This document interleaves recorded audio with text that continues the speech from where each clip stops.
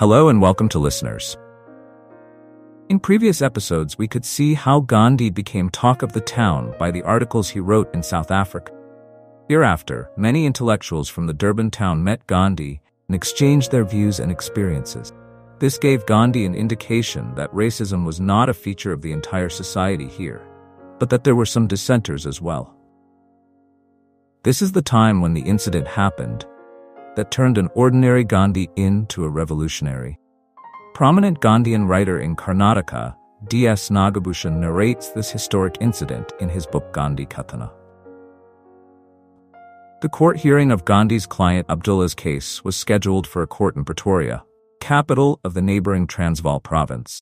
So Gandhi, who had been in Durban for a week, had to travel to that city to assist Sir Abdullah's chief counsel. Client Abdullah immediately bought Gandhi a first-class ticket for an overnight train journey from Durban to Charlestown. On his journey from Durban to Pietermaritzburg, the capital of Natal, Gandhi was met with surprised looks from his fellow white passengers, but his journey was not disturbed. But the two white passengers who boarded his coach at Maritzburg asked Gandhi to get off the train and board the last third-class coach. His first class was reserved for white passengers only. Gandhi refused to get down from the box, saying that he was a barrister and that he had a first-class ticket. The white passenger, who had disappeared for a moment, returned with the railway staff and the police constable. When Gandhi still refused to get off the can, police constable dragged him from his place and pushed him out the door. He threw out their bedding, etc. The train whistled away from the station. Gandhi sat on the platform for a while the extreme cold outside was making them shiver. Inside there was a tumultuous fire of shame, suffering, and decisions. He slowly got up and went to the waiting room with his wallet and sat down. It was the moment when all the inner parts of his personality, which had been frozen and filled with coldness inside him since his childhood, including his stay in England, were gathered at once. It was the moment when Gandhi became a Mahatma. He forgot the world and sat there. Many evil forms of man's pettiness and pride passed before his eyes. Then it dawned on him that bowing to the injustice was cowardice. At that moment, all the cowardice that had covered him so far melted away. He felt that apartheid in Africa was a great problem that had to be faced immediately. He decided to do as much as possible during his trip to bring this to fruition. He felt that all hardships to be encountered in this struggle are religious duties in a broad sense.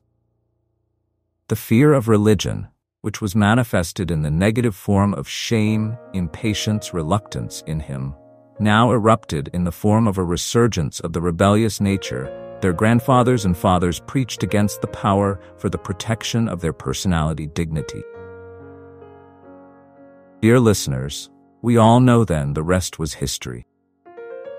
As soon as the matter of this incident was known, Gandhi's client Abdullah arranged to send local influential people of his acquaintance to Gandhi and arranged for Gandhi to reach Pretoria safely. But all these experiences made Gandhi aware of the reality that even well-to-do Indians were living with exploitation and apartheid as inevitable karma. After this historic event, Gandhi began to think deeply about the humiliating discrimination experienced by Indians there. He had met many people and collected the details of the situation and discussed with some about what could be done for improvement in that direction. He met many influential traders of Indian origin and exchanged ideas. Some traders demanded that they be allowed to live with dignity by at least not recognizing them as coolies, because Asians of all classes were considered and addressed as coolies there.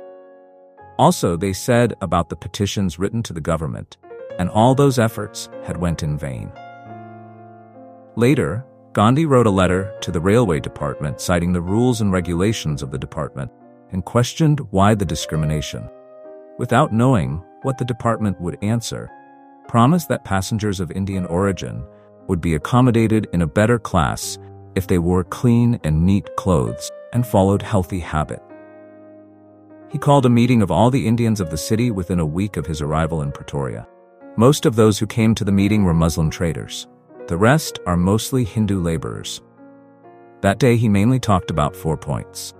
First thing he said was, don't think that truth has nothing to do with business. Be truthful in business too.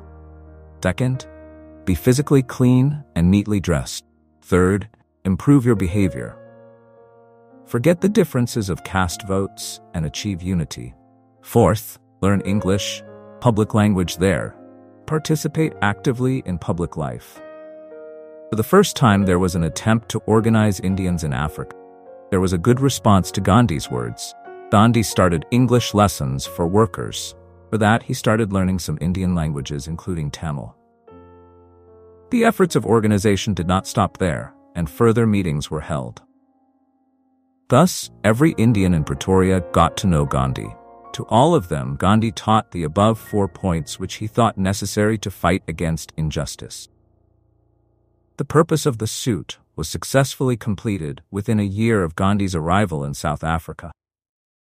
Gandhi's client, the merchant Abdullah, organized a lavish farewell party for Gandhi and a meeting of the Indian community there. Gandhi addressed the meeting. He drew attention to a news item in that day's newspaper. It had announced that a bill was being prepared to disenfranchise voting rights the Indian community in the next election to the Natal Legislative Assembly. Haven't you read the newspaper? Haven't thought about the impact of this news? Gandhi asked the people gathered there. They said that they do not read newspaper because they are illiterate, and if there is any trade matters, they will get it read from someone else. They also lamented that they do not have any educated guidance to fight against the exploitation and oppression of white European. Gandhi asked if the people of Indian origin who were born and brought up here would not help you in this matter. The reply came that they could not protest, as they were all converted to Christianity and were employed by Europeans. In the last words of that conversation, Gandhi said, "Know that if your right of vote is revoked, it will be the beginning of your end." The hall was silent. At the end of that ceremony, there was a need and pressure for Gandhi to stay at least for a while, for the good of Indians living in South Africa. Dear listeners, this is how Gandhi entered into an era of revolution. In the further episodes, let's know how Gandhi formed his revolution. Thank you for listening to Mahatma Gandhi Letters.